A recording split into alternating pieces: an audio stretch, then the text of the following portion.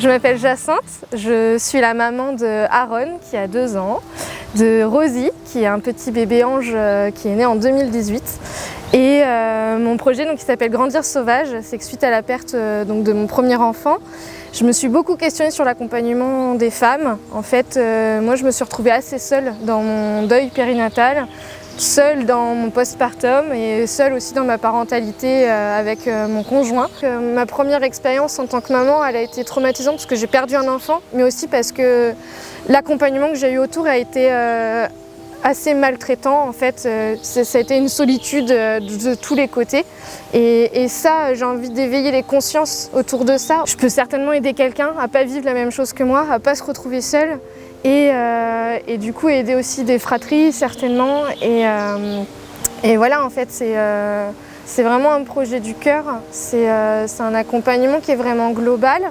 Donc il y a vraiment un accompagnement en préconception de l'enfant. Donc dès le désir d'enfant, en fait, je peux intervenir sur de l'écoute, sur du soutien, de comment on va chercher les professionnels de la santé, le projet de naissance. Le respect de ce projet de naissance aussi en salle d'accouchement ou à l'endroit où on souhaite accoucher. Et après, il y a tout l'accompagnement de la famille, le mois d'or, le postpartum, vraiment en fait pour jamais être seule. Moi, c'est vraiment quelque chose qui me tient à cœur, quelque chose que moi j'ai vécu de façon très traumatique à mon premier enfant. Et aujourd'hui, j'ai envie que ce que moi j'ai vécu, en tout cas, puisse aider quelqu'un d'autre dans l'accompagnement que je peux proposer.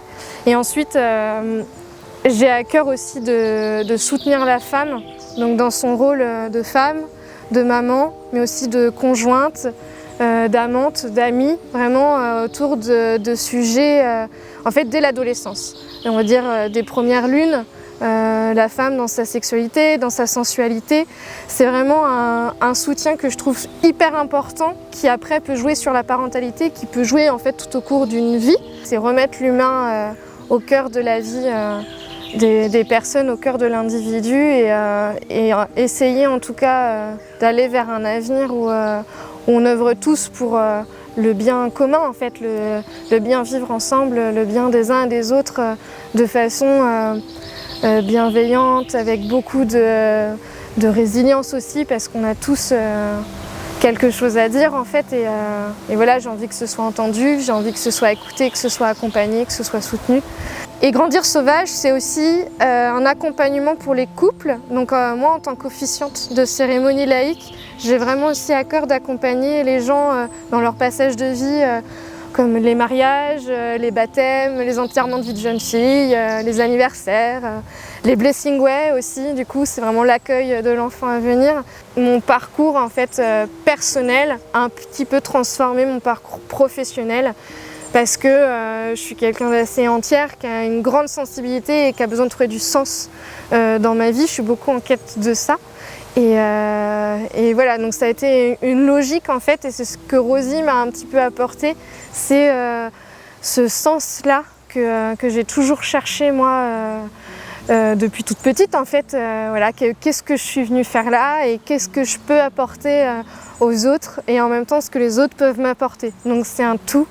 Et c'est vraiment un amour en fait du monde qui m'entoure qui fait que je deviens petit à petit, voilà, grandir sauvage, c'est ça en fait, c'est grandir dans un monde où on fait un avec la terre, avec les hommes, les femmes, les enfants. Aujourd'hui, je suis déjà sur les réseaux sociaux, donc je communique déjà un petit peu sur le métier de doula, d'accompagnante en périnatalité, parentalité, de soutien au féminin sacré et d'officiante de cérémonie.